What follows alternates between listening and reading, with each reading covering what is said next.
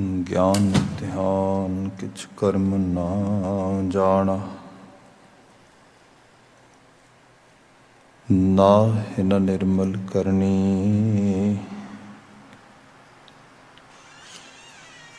साध संगत के अंचल लावो, बिकम नदी जाए तरनी। सज्जन सच्चा पातशाह, सिर शाहां दे शाह। जिस पास बैठिया सोही है, सबनां दा वेसाह। सतनाम वाहेगुरु साहिब जियो। सूही महला पहला, कर नौवां। इक ओंकार सतगुर प्रसाद। कच्चा रंग कसुंभ का, थोड़ड़ियां दिन चार जियो। कच्चा रंग कसुंभ का, थोड़ड़ियां दिन चार जियो। विण नावैं परम भूलिया, ठग मुट्ठी कुड़ियार जियो। सच्चे सेती रतिया, जन्म ना दूजी वार जियो। रंगे का क्या रंगीऐ, जो रते रंग लाए जियो।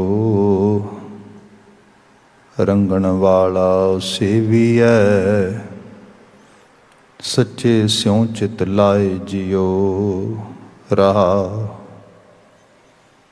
चारे कुंडां जे भवें, बिन भागां तन नाहें जियो।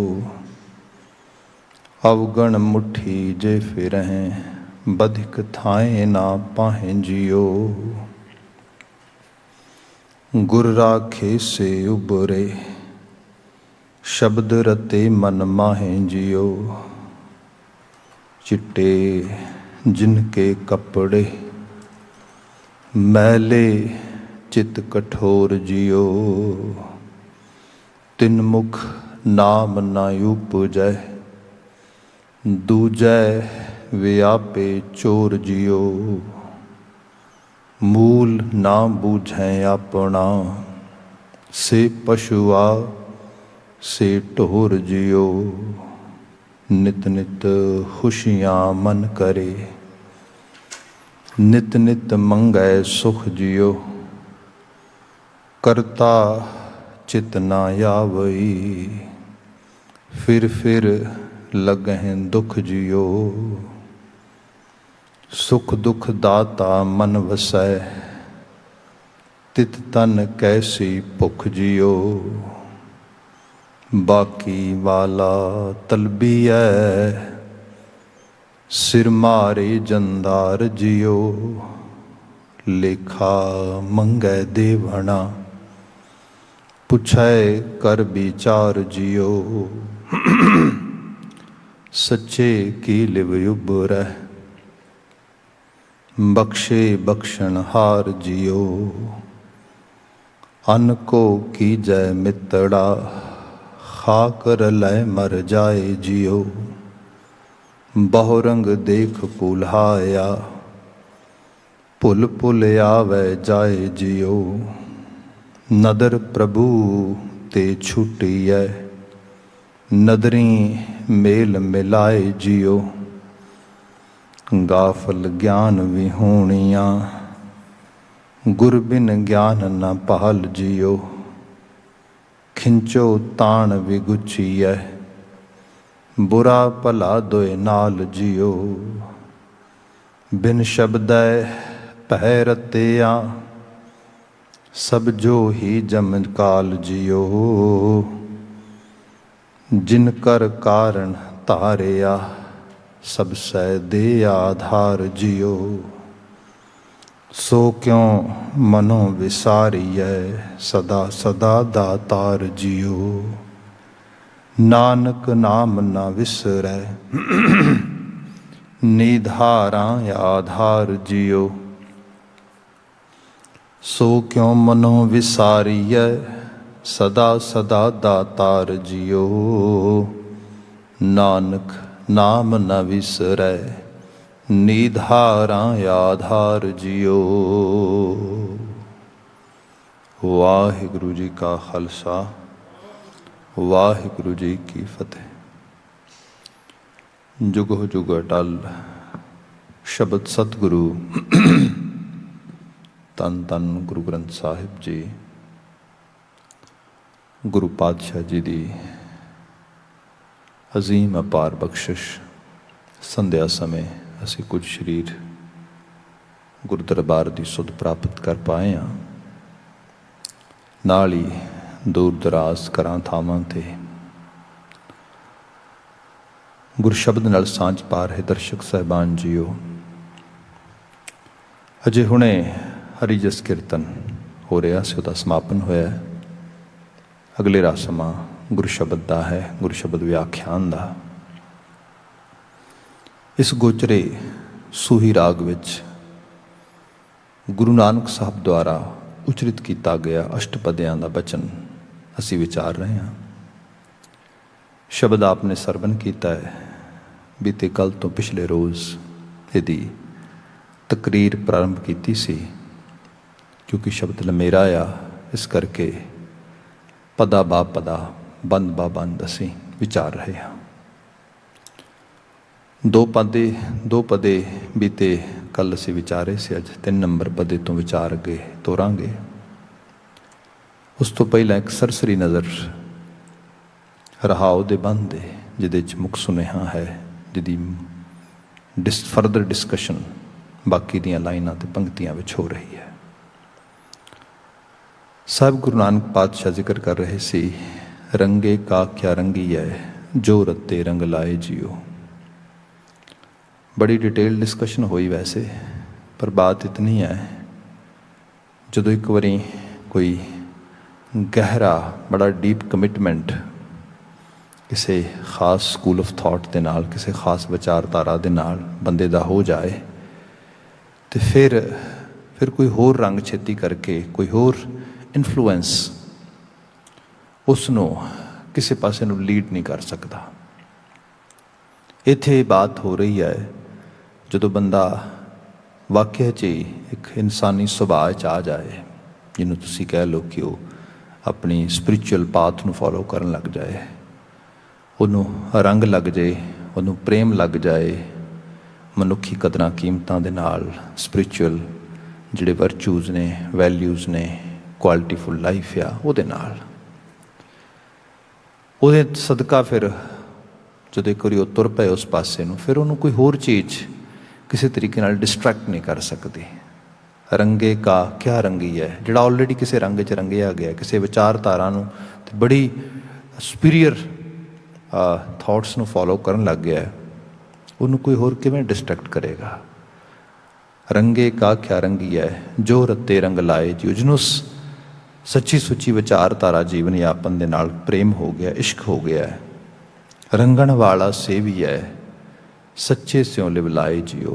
इस रंग नूं जे असीं प्राप्त करना है, जिस किस्म की डिटरमिनेशन ते कमिटमेंट असीं देखना चाहुंदे हां अपने अंदर टूवर्ड गुरुज path, toward path of human virtues, then definitely सानू उस परम दी, उस परिपूर्ण दी, उस ईश्वरी सत्ता की सेवा च लगना पएगा।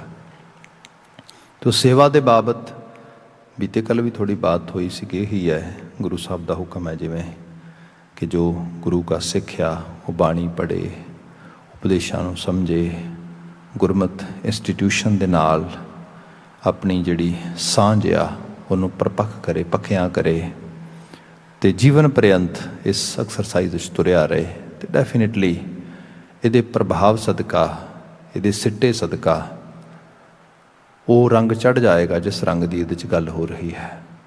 ਇਹ ਰਹਾ ਉਹਦਾ ਪਤਾ ਸੀਗਾ। ਹੁਣ ਅੱਗੇ 3 ਨੰਬਰ ਪਦੇ ਤੋਂ ਅਸੀਂ ਵਿਚਾਰ ਅੱਗੇ ਤੋਰ ਰਹੇ ਹਾਂ। ਗੁਰੂ ਨਾਨਕ ਸਾਹਿਬ ਜ਼ਿਕਰ ਕਰਦੇ, ਚਿੱਟੇ ਜਿਨਕੇ ਕੱਪੜੇ ਮੈਲੇ ਚਿਤ ਕਠੋਰ ਜਿਓ, ਤਿੰਨ ਮੁਖ ਨਾਮ ਨਾ ਉਪਜੈ, ਦੂਜੈ ਵਿਆਪੈ ਚੋਰ ਜਿਓ। ਧਰਮ ਦਾ ਨੁਕਸਾਨ ਅਧਰਮੀ ਲੋਕਾਂ ਨੇ ਨਹੀਂ ਕੀਤਾ। ਅਧਰਮੀ ਲੋਕ ਇਸ ਕਰਕੇ ਉਹਨਾਂ ਦੇ ਸਦਕਾ ਧਰਮ ਤੋਂ ਦੁਨੀਆ ਦੂਰ ਹੋ ਰਹੀ ਹੈ। ਸਭ ਚੀਜ਼ਾਂ ਐਸਾ ਨਹੀਂ ਹੈਗਾ। People who are claiming we are atheists, people who are claiming we are non-believers, they are not actually real, you can say, blame owners who are destroying religious institution or spiritual paths for society. No. Actual level ਤੇ ਧਰਮ ਦਾ ਨੁਕਸਾਨ ਜਿਹੜਾ ਸਭ ਤੋਂ ਵੱਡਾ ਕਰਦੀ ਹੈ ਉਹ ਹੈਗੀ ਹਿਪੋਕ੍ਰੇਸੀ, ਅਡੰਬਰ। ਬੰਦਾ ਦਿਸਦਾ ਕੁਝ ਹੈ, ਕਰਦਾ ਕੁਝ ਹੈ, ਦੈਨ ਡੈਫੀਨੇਟਲੀ ਲੋਕਾਂ 'ਚ ਇੱਕ ਵਿਸ਼ਵਾਸ ਚਲਾ ਜਾਂਦਾ ਹੈ ਧਰਮ ਨਹੀਂ ਹੈਗਾ, ਧਰਮ ਕੁਛ ਨਹੀਂ ਹੈਗਾ। ਜੇ ਇਹਨੂੰ ਇਸ ਤਰੀਕੇ ਨਾਲ ਲੈ ਲਵੋ ਕਿ ਜਿਵੇਂ ਖਾਸ ਕਰਕੇ ਕੋਈ ਵੀ ਸ਼ਖਸ ਆ, ਉਹਦੀ ਜਿਹੜੀ ਫਿਜ਼ੀਕਲ ਅਪੀਅਰੈਂਸ ਆ, ਜਿਹੜਾ ਉਹਦਾ ਬਹਿਰੂਨੀ ਰੂਪ ਆ, ਕੁਦਰਤ ਦੇ ਹਰ ਅਕਸ਼ ਨਕਸ਼ੇ ਤੁਹਾਨੂੰ ਨਜ਼ਰ ਪਏਗਾ। ਉਹਦੀ ਪਹਿਲੀ ਆਈਡੈਂਟਿਟੀ ਹੁੰਦੀ ਹੈ, ਪਹਿਚਾਨ ਹੁੰਦੀ ਹੈ।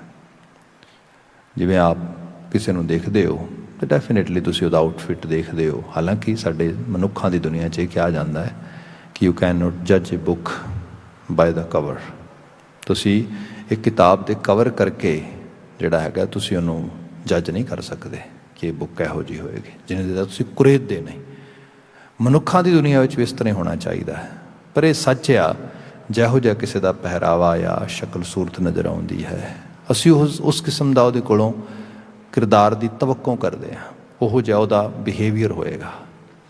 ਹੁਣ ਖਾਸ ਕਰਕੇ ਈਸਟਰਨ ਸਕੂਲ ਦੇ ਵਿੱਚ ਇਹ ਰਿਹਾ ਕਿ ਜਿਹੜੇ ਧਾਰਮਿਕ ਲੋਕ ਨੇ ਉਹਨਾਂ ਨੇ ਭਗਵੇ ਪਾ ਲੈਣੇ ਨੇ, ਚਿੱਟੇ ਪਾ ਲੈਣੇ ਨੇ, ਅਤੇ ਅਜੇ ਵੀ ਕਾਫੀ ਹੱਦ ਤੱਕ ਉਸੇ ਕਿਸਮ ਦਾ ਹੀ ਕ੍ਰਾਈਟੀਰੀਆ ਫੋਲੋ ਕੀਤਾ ਜਾਂਦਾ ਹੈ।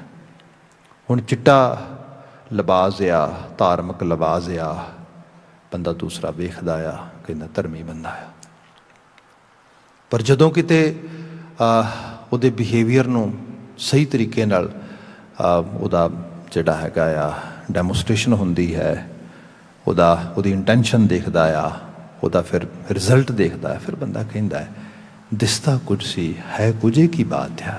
ਇਹ ਜਿਹੜਾ ਮਿਸਮੈਚ ਆ, ਫਿਰ ਤੋਂ ਬੰਦਾ ਕਹਿੰਦਾ ਧਰਮ ਕੁਛ ਨਹੀਂ ਹੈਗਾ। ਸਭ ਪਖੰਡੀ ਤੁਰੇ ਫਿਰਦੇ ਨੇ, ਸਭ ਪਖੰਡੀ ਹੈ, ਸਭ ਅਡੰਬਰ ਹੈ। ਇੱਥੋਂ ਫਿਰ ਜਿਹੜਾ ਵੱਡਾ ਸੈਟਬੈਕ ਲੱਗਦਾ ਹੈਗਾ।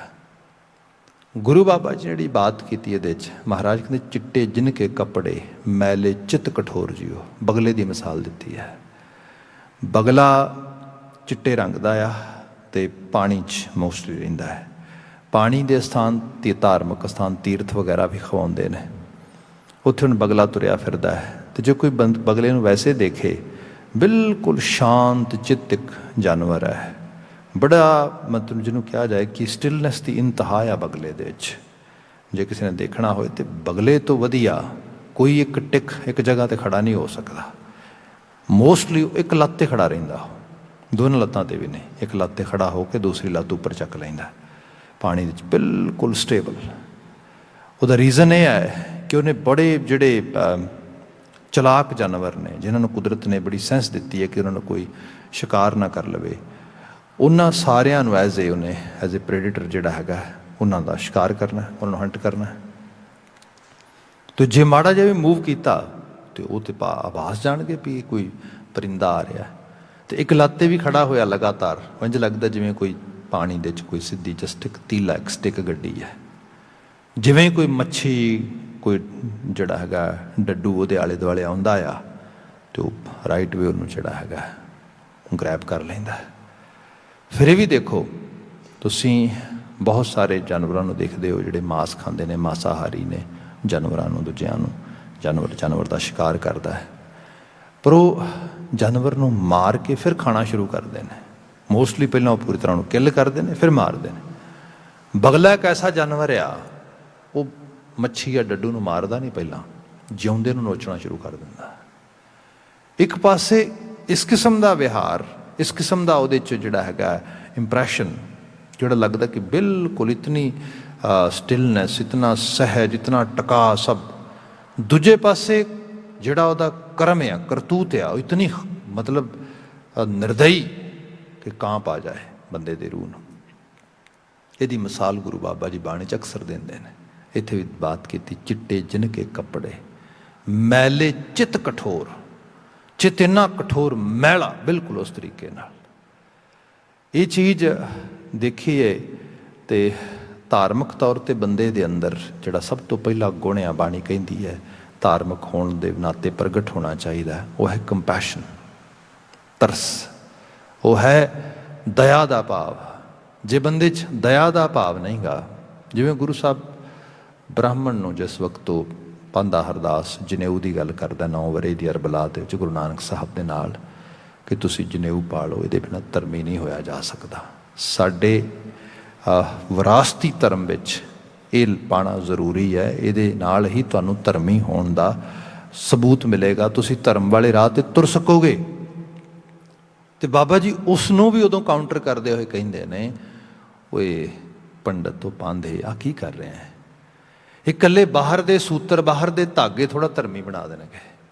ਮੈਂ ਤੈਨੂੰ ਦੱਸਦਾ ਅਸਲ ਦੇ ਵਿੱਚ ਧਰਮੀ ਬਣਨ ਦਾ ਮੁੱਖ ਰੂਪ ਦੇ ਵਿੱਚ ਆਸ਼ਾ ਜਾਂ ਮੁੱਖ ਰੂਪ ਵਿੱਚ ਜਿਹੜਾ ਹੈਗਾ ਤਰੀਕਾ ਕੀ ਹੈ, what is the real path to be a spiritual person, to be a religious person. Baba ji ਦਾ ਸ਼ਬਦ ਅਸੀਂ ਪੜ੍ਹਦੇ ਹਾਂ ਆਸਾ ਦੀ ਵਾਰ ਦੇ ਵਿੱਚ, ਮਹਾਰਾਜ ਜ਼ਿਕਰ ਕਰਦੇ ਕਿ ਭਲੇ ਬੰਦੇ ਦਇਆ ਕਪਾਹ।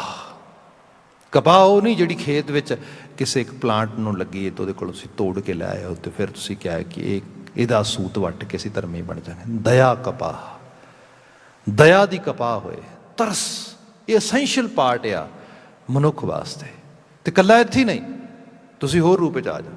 ਇੱਥੇ ਤਾਂ ਇੱਕ ਬਾਤ ਹੋਈ ਨਾ ਕਿ ਇੱਕ ਸਟੈਬਲਿਸ਼ਮੈਂਟ ਦੇ ਵਿੱਚ ਜਿਹੜੀਆਂ ਧਾਰਮਿਕ ਔਰਗੇਨਾਈਜੇਸ਼ਨਸ ਜਿਹੜੀਆਂ ਸੀ, ਜਿਹੜੇ ਔਰਗੇਨਾਈਜ਼ ਰਿਲੀਜੀਅਸ ਥਾਟਸ ਜਿਹੜੇ ਸਟੈਬਲਿਸ਼ ਹੋ ਚੁੱਕੇ ਸੀਗੇ, ਬਾਬਾ ਜੀ ਉਹਨਾਂ ਨੂੰ ਸਿੱਧੇ ਤੌਰ 'ਤੇ ਜਿਹੜਾ ਹੈਗਾ ਉਹਨਾਂ ਨੂੰ ਸ਼ੀਸ਼ਾ ਵਿਖਾ ਰਹੇ ਨੇ।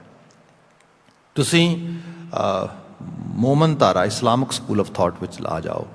ਗੁਰੂ ਮਹਾਰਾਜ ਜਦੋਂ ਬਿਆਨ ਕਰਦੇ ਕਾਜ਼ੀ ਨੂੰ, ਅਤੇ ਬਿਆਨ ਮਹਾਰਾਜ ਕਰਦੇ ਵੀ ਜੇ ਵਾਕਿਆ 'ਚ ਹੀ ਮੁਸਲਮਾਨ ਹੋਣ ਦਾ ਤੂੰ ਦਾਅਵਾ ਕਰਦਾ ਹੈ ਵੀ ਮੈਂ ਇੱਕ ਖਾਸ ਕਤੇਬੀ ਮੱਤ ਨੂੰ ਮੰਨਦਾ ਹਾਂ, ਅਤੇ ਇਹ ਦਾਅਵਾ ਉਨੀ ਦੇਰ ਤੱਕ ਪੂਰਾ ਨਹੀਂ ਗਾ ਜਿੰਨੀ ਦੇਰ ਤੱਕ ਤੂੰ ਆਪ ਪਾਥ ਦੇ ਇਹਨਾਂ ਗੁਣਾਂ ਨੂੰ ਨਹੀਂ ਫੋਲੋ ਕਰ ਰਿਹਾ।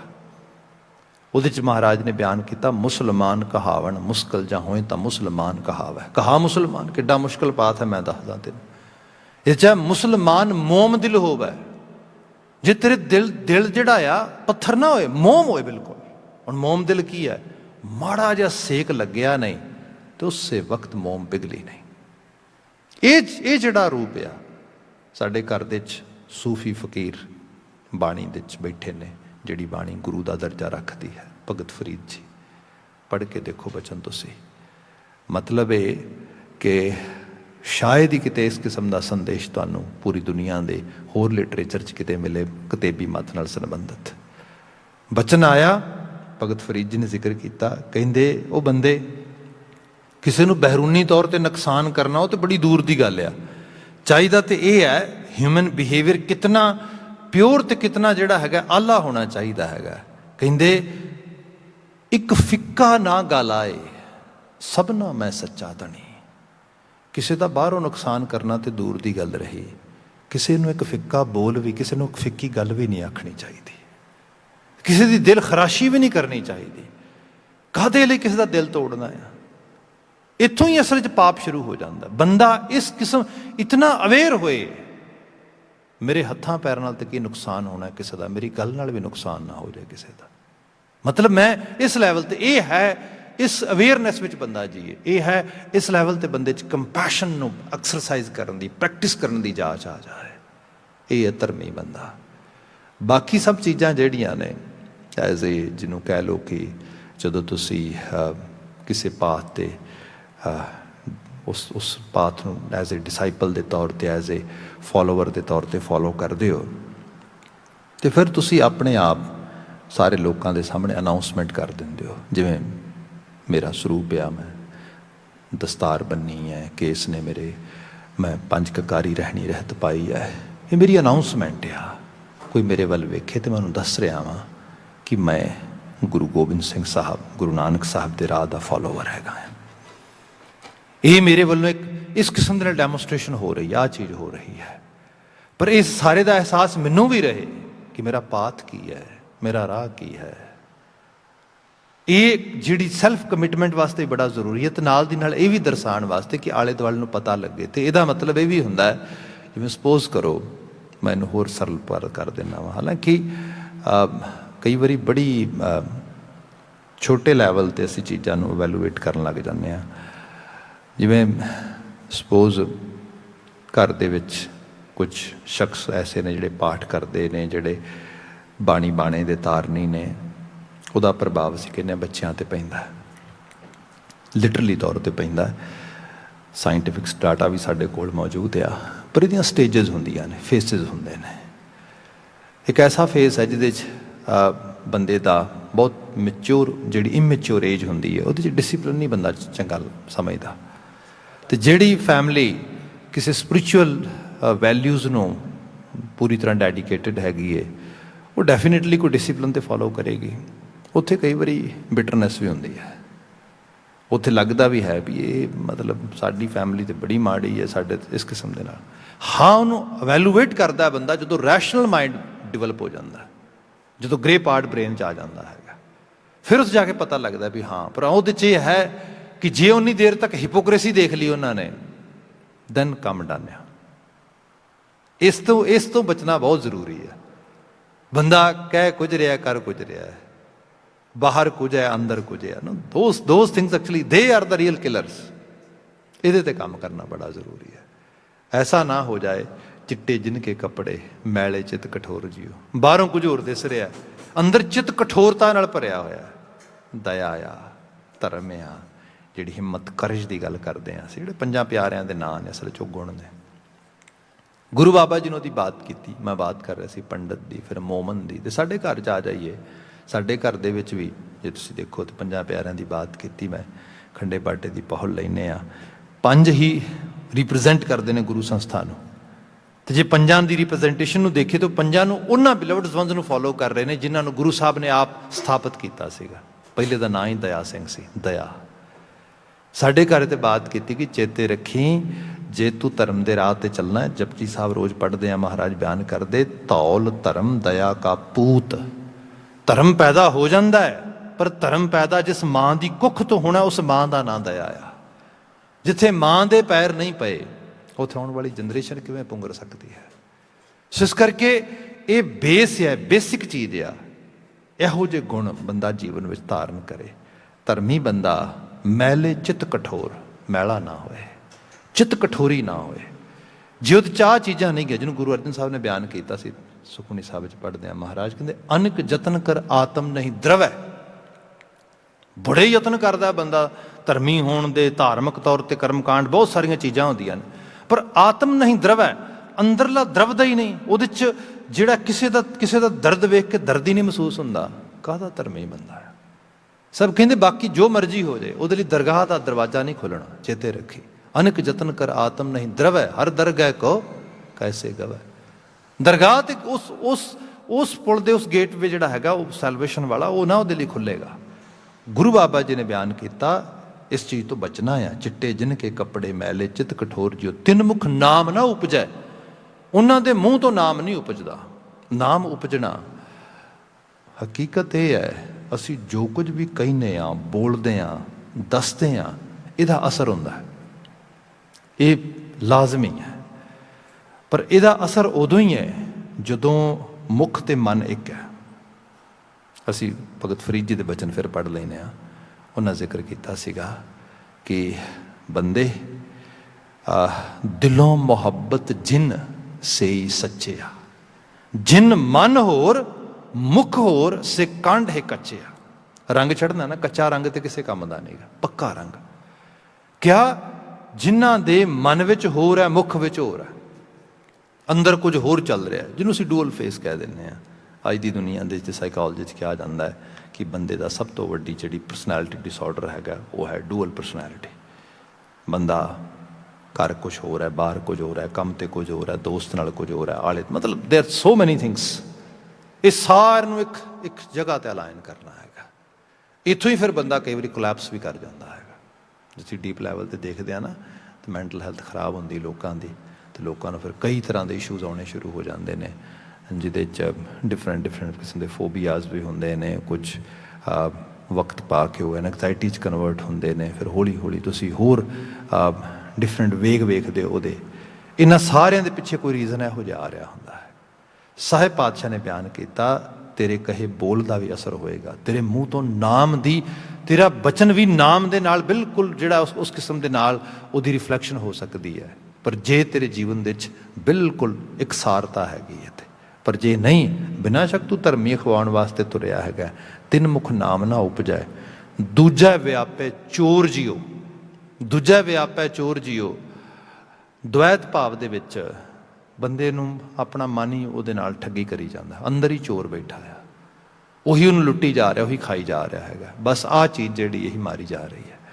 ਅਦਰਵਾਈਜ਼ ਦਿਆਨਤਦਾਰੀ ਤੇ ਇਮਾਨਦਾਰੀ ਦੇ ਨਾਲ, ਈਵਨ ਪ੍ਰੋਫੈਸਰ ਪੂਰਨ ਸਿੰਘ ਨੂੰ ਕਿਸੇ ਨੇ ਪੁੱਛਿਆ ਸੀਗਾ ਨਾ ਵੀ ਨਾਮ ਦਾ ਰਾਹ, ਨਾਮ ਦਾ ਸਵਾਦ ਕੀ ਹੈ, ਤੇ ਉਹ ਕਹਿੰਦੇ ਅੰਨ ਦਾ ਸਵਾਦ ਵੀ ਨਾਮ ਦਾ ਸਵਾਦ ਆ। ਜੀਵਨ ਵਿੱਚ ਖਾਣਾ, ਰਹਿਣਾ, ਸੌਣਾ, ਪਾਣਾ ਸਭ ਕੁਝ ਨਾਮ ਨਾਲ ਜੁੜ ਜਾਂਦਾ। ਬੰਦੇ ਦਾ ਹਰ ਕਿਰਿਆ ਹੀ ਉਸ ਦੀ ਜਿਹੜੀ ਹੈ ਸਪਿਰਿਚੁਅਲ ਬੈਟਰਮੈਂਟ ਵਿੱਚ ਮਦਦ ਕਰਨੀ ਸ਼ੁਰੂ ਕਰ ਦਿੰਦੀ ਹੈ। ਜਿਹਨੂੰ ਗੁਰੂ ਸਾਹਿਬ ਨੇ ਕਿਹਾ ਸੀ, ਤਿਨਕਾ ਖਾਧਾ ਪਹਿਨਦਾ ਮਾਇਆ ਸਭ ਪਵਿੱਤਰ ਹੈ। ਉਹ ਸਭ ਪਵਿੱਤਰਤਾ ਵਾਲੇ ਪਾਸੇ ਤੁਰ ਪਿਆ, ਕਿਉਂਕਿ ਕਿਤੇ ਵੀ ਦੋਗਲਾਪਨ ਨਹੀਂ ਹੈਗਾ, ਡੁਐਲਿਟੀ ਨਹੀਂ ਹੈਗੀ, ਕਿਸੇ ਕਿਸਮ ਦੇ ਨਾਲ ਜਿਹੜੀ ਹੈ ਉਸ ਕਿਸਮ ਦੀ ਅਵਸਥਾ ਨਹੀਂ ਹੈ।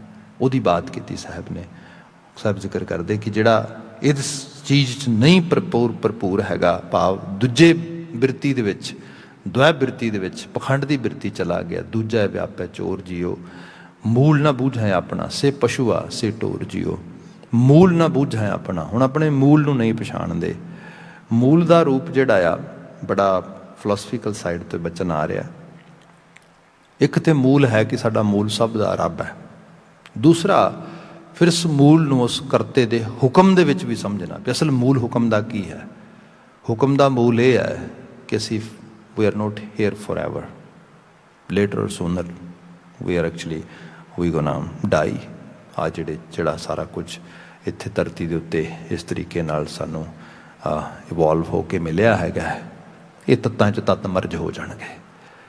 ਬੰਦਾ ਆਪਣੇ ਸਫ਼ਰ 'ਤੇ ਧਿਆਨ ਮਾਰੇ, ਅਤੇ ਸਫ਼ਰ ਦੇ ਵਿੱਚ ਜੋ ਜ਼ਰੂਰੀ ਲਾਜ਼ਮੀ ਇਹਦੇ ਵਿੱਚ ਚੇਂਜਿਸ ਕਰਨੇ, ਇਹਨੂੰ ਜੀਵਨ ਵਿੱਚ ਸਿੱਖਣਾ ਅਪਣਾਉਣਾ ਬਣਦਾ, ਉਹਨੂੰ ਕਰੇ, ਮੂਲ ਨੂੰ ਬੁੱਝੇ।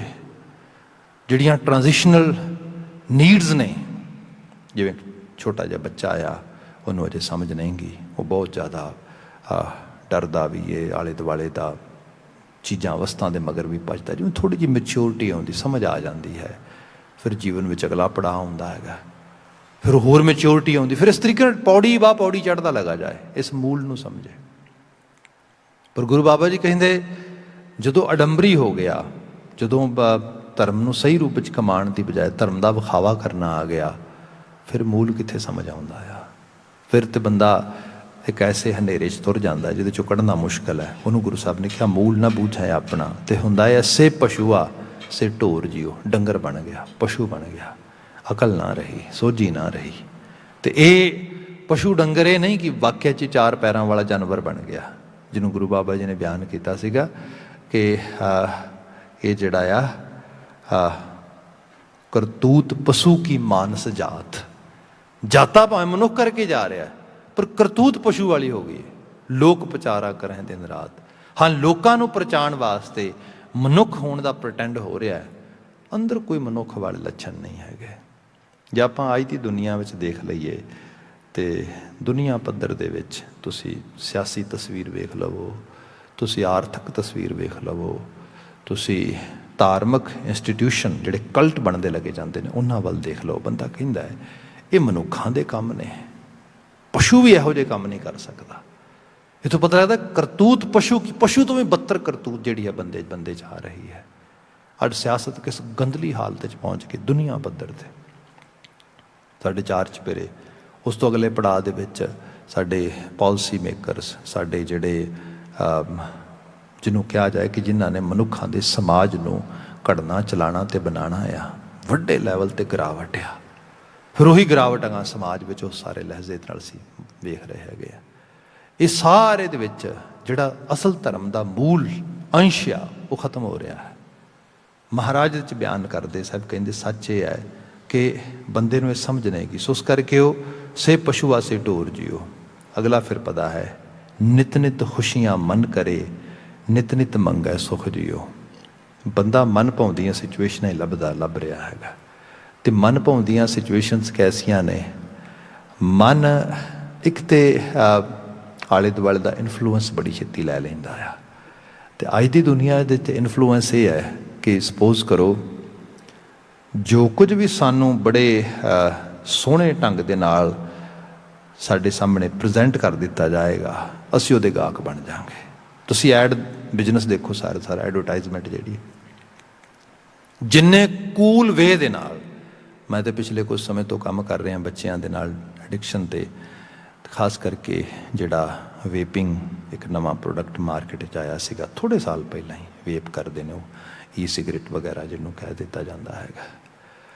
ਮਤਲਬ ਉਹਨਾਂ ਨੇ ਇਤਨੇ ਤਰੀਕੇ ਦੇ ਨਾਲ ਉਹਨੂੰ ਸੁਸਾਇਟੀ ਨੂੰ ਮਾਰਕੀਟ 'ਚ ਉਤਾਰਿਆ, ਇਹ ਕਹਿ ਕੇ ਕਿ ਜਿਹੜੇ ਲੋਕ ਨਿਕੋਟਿਨ ਐਡਿਕਸ਼ਨ ਵਿੱਚ ਨੇ, ਖਾਸ ਕਰਕੇ ਜਗਤ ਜੂਠ ਜਿਹੜਾ ਟਬੈਕੋ ਰਿਲੇਟਡ ਪ੍ਰੋਡਕਟਸ ਨੇ, ਖਾਸ ਕਰਕੇ ਸਿਗਰਟ ਸਿਗਾਰ ਵਗੈਰਾ, ਉਹਦੇ ਤੋਂ ਬਾਹਰ ਨਹੀਂ ਨਿਕਲ ਪਾ ਰਹੇ। ਸੋ ਉਹਨਾਂ ਨੂੰ ਅਸੀਂ ਇੱਕ ਅਲਟਰਨੇਟਿਵ ਦੇਣ ਲੱਗੇ ਹਾਂ which is less harmful, which is going to help them to substitute their actually normal habits। ਹੋਇਆ ਕਿ ਬਲਕਿ ਡਾਟਾ ਬੜੇ ਥੋੜ੍ਹੇ ਜਿਹੇ ਸਮੇਂ ਦਾ ਦੱਸ ਰਿਹਾ ਹੈ ਵੀ ਲੋਕ ਉਸ ਪਾਸੇ ਨੂੰ ਬਹੁਤ ਜ਼ਿਆਦਾ ਚਲੇ ਗਏ।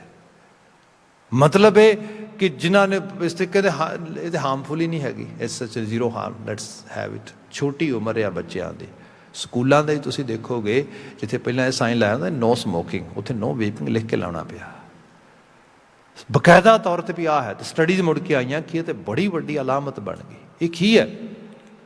ਬਾਜ਼ਾਰ ਦੇ ਵਿੱਚ ਚੀਜ਼ਾਂ ਨੂੰ ਇਸ ਤਰੀਕੇ ਨਾਲ ਪ੍ਰੈਜ਼ੈਂਟ ਕੀਤਾ ਜਾ ਰਿਹਾ ਕਿ ਬੰਦਾ ਉਹਦਾ ਗਾਹਕ ਬਣ ਗਿਆ। ਹੁਣ ਉਹਦੇ ਵਿੱਚ ਇਹ ਹੈ ਕਿ ਮਨ ਉੱਥੇ ਉਹਨਾਂ ਚੀਜ਼ਾਂ ਨੂੰ ਵੇਖ ਕੇ ਖੁਸ਼ ਹੁੰਦਾ। ਮੈਂ ਤਾਂ ਮਾਪਿਆਂ ਦੀ ਸਟਰਗਲ ਵੇਖਦਾ ਹਾਂ। ਮਾਪਿਓ ਉਹਨਾਂ ਪ੍ਰੋਡਕਟ ਨੂੰ ਕਿਤੇ ਬੱਚਿਆਂ ਕੋਲ ਵੇਖ ਲੈਂਦੇ ਨੇ, ਲੱਭ ਲੈਂਦੇ ਨੇ, ਉਹ ਲੜਦੇ ਨੇ, ਝਗੜਦੇ ਨੇ, ਉਹਨਾਂ ਤੋਂ ਖੋਹਦੇ ਨੇ, ਬੱਚੇ ਵਾਪਸ ਲੜਦੇ ਨੇ ਵੀ ਤੁਸੀਂ ਸਾਡੇ ਤੋਂ, ਅਤੇ ਸਾਡਾ ਜਿਹੜਾ ਹੈਗਾ ਆ ਸਾਨੂੰ ਤੰਗ ਕਰ ਰਹੇ ਹੋ ਤੁਸੀਂ। ਹਾਲਾਂਕਿ ਉਹਨਾਂ ਨੂੰ ਇਹ ਨਹੀਂ ਪਤਾ ਕਿ ਇਹ ਲੀਡ ਕਿੱਥੇ ਕਰੇਗੀ ਇਹਨਾਂ ਨੂੰ। ਇਹਦੇ ਵਿੱਚ ਡੇ ਬਾਈ ਡੇ ਨਿਗਰ ਜਾਣਗੇ। ਅਜੇ ਲੰਗਸ ਵੀ ਪੂਰੀ ਤਰ੍ਹਾਂ ਡਿਵੈਲਪ ਨਹੀਂ ਹੋਏ, ਬ੍ਰੇਨ ਪੂਰੀ ਤਰ੍ਹਾਂ ਡਿਵੈਲਪ ਨਹੀਂ ਹੋਇਆ, ਅਜੇ ਕੋਈ ਕੈਰੀਅਰ ਨਹੀਂ ਬਣਿਆ, ਲਾਈਫ ਕਿਸੇ ਪਾਸੇ ਤੁਰੀ ਨਹੀਂ ਹੈਗੀ। ਇਸ ਬਿਲਕੁਲ ਕੱਚੇ ਅਜੇ ਜੀਵਨ ਦੇ ਵਿੱਚ ਇਹੋ ਜਿਹੀ ਕੋਈ ਵੱਡੀ ਅਲਾਮਤ, ਐਡੀ ਵੱਡੀ ਪੰਡ ਕਿਵੇਂ ਚੁੱਕਣਗੇ? ਮਾਪੇ ਵੇਖ ਕੇ ਡਰਦੇ ਨੇ ਵੀ ਇਹ ਤੇ ਦੱਬ ਜਾਣਗੇ ਇਹਦੇ ਵਿੱਚ, ਪਰ ਉਹਨੂੰ ਕੁਛ ਨਹੀਂ ਦਿਸ ਰਿਹਾ। ਇਹੋ ਜਿਹਾ ਜਿਹੜਾ ਅਭੋਲ ਜੀਵਨ ਆ ਉਹ ਫਿਰ ਮਨ ਦੀ ਉਸ ਦੁਨੀਆ ਦੇ ਵਿੱਚ ਗਵਾਚ ਜਾਂਦਾ। ਅਤੇ ਮੈਂ ਸਿਰਫ ਇੱਕ ਐਗਜ਼ਾਮਪਲ ਕੀਤੀ, ਇਹੋ ਜਿਹੀਆਂ ਪਤਾ ਨਹੀਂ ਕਿੰਨੀਆਂ ਮਿਸਾਲਾਂ ਜੀਵਨ ਵਿੱਚ ਮਿਲ ਜਾਣਗੀਆਂ। ਗੁਰੂ ਨਾਨਕ ਮਹਾਰਾਜ ਇੱਥੇ ਬਿਆਨ ਕਰਦੇ ਕਿ ਨਿਤ ਨਿਤ ਖੁਸ਼ੀਆਂ ਮਨ ਕਰੇ। ਮਨ ਦੀ ਇਹੋ ਜਿਹੇ ਵਾਹ ਵਲੇਵਿਆਂ ਦੇ ਪਿੱਛੇ ਖੁਸ਼ੀਆਂ ਲੱਭਦੇ ਹੋਏ ਮਨੁੱਖ ਭੱਜ ਰਹੇ ਨੇ। ਅਤੇ ਫਿਰ ਕਿਹਾ ਨਿਤ ਨਿਤ ਮੰਗੈ ਸੁਖ ਜੀਓ। ਫਿਰ ਨਿਤਾ ਪ੍ਰਤੀ ਅਸੀਂ ਸੁਖ ਮੰਗ ਰਹੇ ਹਾਂ। ਸੁਖ ਵੀ ਕੀ ਹੈ? ਜਿਹੜਾ ਜੀਵਨ ਆ, ਜੇ ਕਿਸੇ ਸਰਟਨ ਕਿਸਮ ਦੇ ਡਿਸਿਪਲਿਨ ਨੂੰ ਫੋਲੋ ਕਰੇਗਾ, ਉਸ ਨੂੰ ਸੁਖ ਮੰਗਣ ਦੀ ਲੋੜ ਨਹੀਂ ਹੋਏਗੀ।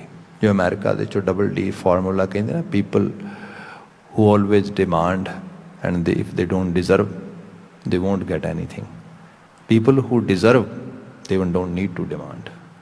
ਜਿਹੜੇ ਮੰਗਦੇ ਨੇ ਪਰ ਉਸ ਚੀਜ਼ ਨੂੰ ਉਸ ਤਰੀਕੇ ਦੇ ਨਾਲ ਉਹਦੇ ਅਧਿਕਾਰੀ ਨਹੀਂ ਗਏ, ਉਹ ਨਹੀਂ ਮਿਲੇਗਾ। ਜਿਹੜੇ ਅਧਿਕਾਰੀ ਬਣ ਗਏ, ਜਿਹੜੇ ਆਪਣੀ ਐਬਿਲਿਟੀ ਨੂੰ ਉਸ ਲੈਵਲ 'ਤੇ ਲੈ ਕੇ ਆਉਂਦੇ ਨੇ, ਉਹਨਾਂ ਨੂੰ ਡਿਮਾਂਡ ਕਰਨ ਦੀ ਲੋੜ ਨਹੀਂ ਰਹਿ ਜਾਂਦੀ। ਕੁਦਰਤ ਆਪ ਨਵਾਜ਼ਦੀ ਉਹਨਾਂ ਨੂੰ, ਕੁਦਰਤ ਆਪ ਦਿੰਦੀ ਉਹਨਾਂ ਨੂੰ। ਇੱਥੇ ਸਾਹਿਬ ਕਹਿੰਦੇ ਬੰਦਾ ਮੰਗੀ ਜਾ ਰਿਹਾ, ਪਰ ਉਸ ਇਹ ਨਹੀਂ ਦੇਖ ਰਿਹਾ ਵੀ ਕੁਦਰਤ ਨੇ ਜਿਹੜੀ ਉਹਨੂੰ ਅਪੋਰਚੁਨਿਟੀ ਦਿੱਤੀ, ਮੌਕਾ ਦਿੱਤਾ, ਸਮਾਂ ਦਿੱਤਾ, ਜਿਹੜਾ ਆਲਾ ਦੁਆਲਾ ਮੈਂ ਉਹਨੂੰ ਅਵੇਲ ਕਰ ਰਿਹਾ। ਜੇ ਉਸੇ ਨੂੰ ਅਵੇਲ ਨਹੀਂ ਕਰ ਰਿਹਾ, ਮੈਂ ਹੋਰ ਕੁਦਰਤ ਜਾਂ ਕੁਦਰਤ ਬਣਾਉਣ ਵਾਲੇ ਕਰਤੇ ਤੋਂ ਕੀ ਮੰਗਾਂਗਾ। ਇਸ ਚੀਜ਼ ਨੂੰ ਬੰਦਾ ਜਿਹੜਾ ਹੈਗਾ ਇਹਨੂੰ ਪਹਿਚਾਨ ਲਵੇ ਅਤੇ ਫਿਰ ਖੁਸ਼ੀਆਂ ਮੰਗਣ ਦੀ ਲੋੜ ਨਹੀਂਗੀ, ਸੁੱਖ ਮੰਗਣ ਦੀ ਲੋੜ ਨਹੀਂਗੀ। ਇਹ they will happen without any doubt. Maharaj saying again and again in Guru Granth Sahib, ਅਗਲੀ ਲਾਈਨ ਜਿਹੜੀ ਨੂੰ ਹੋਰ ਕਲੀਅਰ ਕਰਦੀ ਹੈ, ਨਿਤ ਨਿਤ ਮੰਗੈ ਸੁਖ ਜਿਉ ਕਰਤਾ ਚਿਤ ਨਾ ਆਵਈ। ਇਹਦੇ ਟੀਕੇਕਾਰਾਂ ਨੇ ਅਰਥ ਕੀਤਾ ਕਿ ਰੱਬ ਨਹੀਂ ਚੇਤੇ ਆਉਂਦਾ ਬੰਦੇ ਨੂੰ। ਐਕਚੁਅਲ ਲੈਵਲ 'ਤੇ ਜਿਹੜਾ ਡੂਅਰ ਆ, ਹੁਣ ਦੋ ਚੀਜ਼ਾਂ ਦੀ ਦੇਖਣ ਵਾਲੀ ਗੱਲ ਹੈ। ਇੱਕ ਤਾਂ ਇਹ ਹੈ, ਕਰਤੇ ਨੇ ਰੱਬ ਨੇ ਆ ਕੇ ਤਾਂ ਕੋਈ ਕੰਮ ਨਹੀਂ ਕਰਨਾ, ਤੁਹਾਡੇ ਵਿੱਚੋਂ ਹੀ ਕਰਨਾ, ਉਹਨੇ ਤੁਹਾਡੇ ਥਰੂ ਕਰਨਾ ਆ। ਇਹਦਾ ਮਤਲਬ ਕਰਮ ਕੌਣ ਕਰ ਰਿਹਾ? ਮੈਂ ਕਰ ਰਿਹਾ। ਜੇ ਮੈਂ ਕਿਸੇ ਹੋਰ ਨੂੰ, ਜਿਹਨੂੰ ਸਾਹਿਬ ਨੇ ਬਾਣੀ 'ਚ ਇਸ ਤਰ੍ਹਾਂ ਬਿਆਨ ਕੀਤਾ ਸੀਗਾ ਕਿ ਦੱਦਾ ਦੋਸ ਨਾ ਦਿਉ ਕਿਸੈ, ਦੋਸ ਕਰਮਾਂ ਆਪਣਿਆ, ਜੋ ਮੈਂ ਕੀਆ ਸੋ ਮੈਂ ਪਾਇਆ, ਦੋਸ ਨਾ ਦੀਜੈ ਅਵਰ ਜਣਾ। ਕਿਸੇ ਨੂੰ ਤੂੰ ਕਿਵੇਂ ਬਲੇਮ ਦੇ ਸਕਦਾ? ਜੋ ਮੈਂ ਕੀਆ, ਵਿਵੇਕ ਤੈਨੂੰ ਰੱਬ ਨੇ ਦਿੱਤਾ, ਅਕਲ ਤੈਨੂੰ ਦਿੱਤੀ, ਸੋਝੀ ਤੈਨੂੰ ਦਿੱਤੀ ਹੈ। ਜੇ ਤੂੰ ਇਸਤੇਮਾਲ ਹੀ ਨਹੀਂ ਕਰੇਗਾ ਉਹਦਾ, ਕੁਦਰਤ ਦਾ ਤੇ ਇਹੀ ਕੰਮ ਹੈ ਨਾ, ਕੁਦਰਤ ਤੇ ਸਭ ਚੀਜ਼ਾਂ ਤੁਹਾਨੂੰ ਅਵੇਲੇਬਲ ਕਰਾ ਰਹੀ ਹੈ। ਤੁਸੀਂ ਉਸ ਚੀਜ਼ਾਂ ਨੂੰ ਜਿਹੜਾ ਹੈਗਾ ਉਸ ਲੈਵਲ 'ਤੇ ਉਹਦੇ ਤੋਂ ਬੈਨੀਫਿਟ ਹੀ ਨਹੀਂ ਲੈ ਰਹੇ। ਫਿਰ ਭਾਵੇਂ ਉਹ ਇਗਨੋਰ ਕਰਕੇ ਤੇ ਭਾਵੇਂ ਇਨੋਸੈਂਟ ਪਲੇ ਕਰਕੇ, ਜਿਨ੍ਹਾਂ ਚੀਜ਼ਾਂ ਤੋਂ ਤੁਸੀਂ ਫਿਰ ਕਹਿੰਦੇ ਹੋ ਕਿ ਨਹੀਂ ਨਹੀਂ ਇਹ ਤੇ ਇਸ ਕਰਕੇ ਗੜਬੜ ਹੋ ਗਈ। ਗੁਰੂ ਮਹਾਰਾਜ ਕਹਿੰਦੇ ਕਰਤਾ ਚਿਤ ਨਾ ਆਵੀ ਫਿਰ ਲੱਗੈ ਦੁੱਖ ਜੀਓ। ਫਿਰ ਜ਼ਿਆਦਾ ਦੁੱਖ ਲੱਗਦਾ, ਕਿਉਂਕਿ ਅਸਲ ਡੂਅਰ ਨੂੰ ਤਾਂ ਤੂੰ ਪਹਿਚਾਨ ਹੀ ਨਹੀਂ ਰਿਹਾ।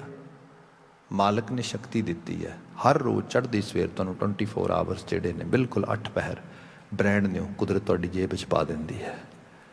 ਉਹਦੇ ਨਾਲ ਬਹੁਤ ਸਾਰੇ ਆਲੇ ਦੁਆਲੇ ਰਿਸੋਰਸਿਸ, ਅਪੋਰਚੁਨਿਟੀ, ਸਾਰਾ ਕੁਝ ਅਵੇਲੇਬਲ ਆ। ਹੁਣ ਜੇ ਬੰਦਾ ਉਸ ਸਾਰੇ ਨੂੰ ਪਲਾਨ ਨਾ ਕਰ ਸਕੇ, ਸਭ ਤੋਂ ਵੱਡੀ ਜਿਹੜੀ ਮੁਸ਼ਕਿਲ ਹੈ ਜ਼ਿੰਦਗੀ ਦੇ ਵਿੱਚ, ਅਸੀਂ ਅੰਗਰੇਜ਼ੀ ਦੀ ਇੱਕ ਸੇਇੰਗ ਪੜ੍ਹਦੇ ਹਾਂ ਨਾ, people who fail to plan they plan to fail. ਜਿਹੜੇ ਲੋਕ ਪਲਾਨਿੰਗ ਵਿੱਚ ਫੇਲ ਹੋ ਗਏ, ਅਸਲ ਵਿੱਚ ਉਹ ਫੇਲ ਹੋਣ ਲਈ ਪਲਾਨ ਕਰ ਰਹੇ ਸੀਗੇ। ਮਤਲਬ ਆਪਣੇ ਆਪ ਨੂੰ ਦੇਖੋ ਕਿਸੇ ਉਸ ਲੈਵਲ 'ਤੇ, ਹਰ ਰੋਜ਼ ਦਾ ਸਮਾਂ ਜਿਹੜਾ ਨਿਰਧਾਰਿਤ ਕਰੋ, ਔਰਗੇਨਾਈਜ਼ ਕਰੋ, ਆਪਣੇ ਆਪ ਨੂੰ ਸੰਭਾਲੋ। ਸਾਡੇ ਘਰ ਦੇ ਨਿਤਨੇਮ ਤੋਂ ਗੱਲ ਸ਼ੁਰੂ ਹੁੰਦੀ ਹੈ। ਜੇ ਬੰਦਾ ਅਨਔਰਗੇਨਾਈਜ਼ ਕਿਵੇਂ ਨਿਤਨੇਮ ਕਰੇਗਾ? ਟਾਈਮ ਹੀ ਨਹੀਂ ਹੋਣਾ, ਤਾਂ ਲੋਕਾਂ ਕੋਲ ਨਹੀਂ ਹੁੰਦਾ। ਲੋਕੀ ਕਹਿ ਵੀ ਲਿਟਰਲੀ ਕਹਿ ਦਿੰਦੇ ਨੇ ਭਾਈ ਬਾਣੀ ਪੜ੍ਹਨ ਦਾ ਕੋਈ ਟਾਈਮ ਨਹੀਂ ਹੈਗਾ। ਮੇਨ ਕਿਵੇਂ ਹੋ ਸਕਦਾ ਹੈ? ਹਰ ਰੋਜ਼ 8 ਪਹਿਰ 24 ਆਵਰਸ ਤੁਹਾਨੂੰ ਮਿਲ ਰਹੇ ਨੇ, ਹਰ ਰੋਜ਼, ਹਰ ਦਿਨ ਰਾਤ ਇਸ ਰੂਪ ਵਿੱਚ ਲੈ ਕੇ ਆ ਰਿਹਾ। ਉਹਦੇ ਤੁਹਾਡੇ ਕੋਲ ਘੰਟਾ ਡੇਢ ਘੰਟਾ ਆਪਣੀ ਸਪਿਰਿਚੁਅਲ ਬੈਟਰਮੈਂਟ ਵਾਸਤੇ ਨਹੀਂ ਹੈਗਾ। ਲੋਕੀ ਲਿਟਰਲੀ ਤੌਰ 'ਤੇ ਕਹਿੰਦੇ ਤੁਹਾਨੂੰ ਮਿਲਣਗੇ, ਜਿਮ ਜਾਣ ਦਾ ਕੋਈ ਟਾਈਮ ਨਹੀਂ ਹੈਗਾ, ਵਾਕ ਕਰਨ ਦਾ ਟਾਈਮ ਨਹੀਂ ਹੈਗਾ, ਐਕਸਰਸਾਈਜ਼ ਕਰਨ ਦਾ ਟਾਈਮ ਨਹੀਂ ਹੈਗਾ। ਕਿੱਥੇ ਟਾਈਮ ਹੈ? ਲੈ, ਜੇ ਇਹ ਫਿਜ਼ੀਕਲ ਸਟਰਕਚਰ ਹੀ ਅਨਹੈਲਦੀ ਹੋ ਗਿਆ, ਬਾਕੀ ਸਭ ਕੁਛ ਤਾਂ ਵੈਸੇ ਹੀ ਰਹਿ ਜਾਣਾ ਤੇਰਾ। ਕੱਲ੍ਹ ਨੂੰ ਹੌਸਪੀਟਲ 'ਤੇ ਗੇੜੇ ਲਾਏਗਾ। ਮੈਨੂੰ ਯਾਦ ਆ, ਕਾਫੀ ਸਾਲ ਪਹਿਲਾਂ ਦੀ ਬਾਤ ਹੈ, ਮੈਂ ਗੁਰਦੁਆਰਾ ਬੰਗਲਾ ਸਾਹਿਬ ਕਥਾ ਕਰਨ ਲਈ ਗਿਆ ਸੀਗਾ, ਅਤੇ ਨੇੜੇ ਉੱਥੇ ਪਾਰਕ ਹੈ, ਮੈਂ ਉੱਥੇ ਵਾਕ ਕਰਨ ਲਈ ਚਲਾ ਗਿਆ। ਅਤੇ ਉਹ ਵੜਿਆ ਅਤੇ ਸਾਹਮਣੇ ਹਿੰਦੀ 'ਚ ਦੇਵਨਾਗਰੀ 'ਚ ਬੋਰਡ ਲੱਗਾ ਉੱਥੇ, ਅਤੇ ਬੜਾ ਭਾਵਪੂਰਤ ਸੀਗਾ। ਉੱਥੇ ਲਿਖਿਆ 40 ਕੇ ਹੋ ਗਏ ਹੋ तो चक्कर लगाने शुरू करो, चाहे पार्क के और चाहे डॉक्टर के, मर्जी है आपकी। जे 40 टप रहे हो तो चक्कर लाने शुरू करो। जे तो पार्क का लाओगे, वॉक करोगे, एक्सरसाइज करोगे, थोड़ी हिल जुल करोगे, तो फिर डॉक्टर तो बचाव हो जाएगा, नहीं तो लंबा समय नहीं लगेगा, डॉक्टर को जाना पएगा। सो ये विवेक का इस्तेमाल कर बंदा कहता समय ही नहीं हैगा। फिर इन बिन रिलेशनशिप्स ने साड़ियाँ सुख रिलेशनशिप जो लभदे हैं उन्होंने डील करने वास्ते टाइम इन्वेस्ट कर, उन्होंने वास्ते उस तरीके नाल बात कर। फिर अगले फर्दर लैवल ते है अपने कैरीयर विच, जिवें नेचर ऑफ जॉब चेंज हो रहा है, सारा कुछ कोविड ने तो बहुत सारिया चीज़ां दस दित्तियां ना। People who are illiterate toward technology side, toward actually modern education, they won't be able to enjoy prosperity anymore, because this is a new world and we have to invest our time, our energy, all these things toward this path if we really want to see some kind of prosperity in future. So ये चीज़ां विवेकशील सामने हो, तू करते नू doer ते तू ही है ना, कुदरत ने तेरे जरिए ही सब चीज़ां नू जिहड़ा है होंद विच लैके आउणा हैगा। साहब जिक्र करते करता चित ना आवे फिर लगे दुख जियो। फिर क्या जो समझ आ जाए सुख दुख दाता मन वसै, सुख दुख देण वाला दाता मन विच वसिया रहे हर वक्त। बंदे नू करतार ते हुक्म ने इस कुदरत विच जिंदगी दिती है, उन्होंने ना कदी बुलाए। एहसास रहे हुक्मी होवन आकार, उहदे हुक्म विच आकार बने ने। यही है भी जिहड़ा हुक्मी होवन जी, जिहड़ा हुक्म विच जी आ रहा है, इस चीज़ की पहचान होए। फिर यह भी एहसास रहे जिहड़ा दुख सुख आ, यह भी उहदे बनाए हुए संसार का हिस्सा आ। मैं जिन्ना मर्जी चंगा करा, जिहड़ा एक मुआशरा आ ਉਹਦੀ ਇੱਕ ਆਪਣੀ ਸੋਚ ਹੈ, ਇੱਕ ਆਪਣੀ ਅਪਰੋਚ ਹੈ।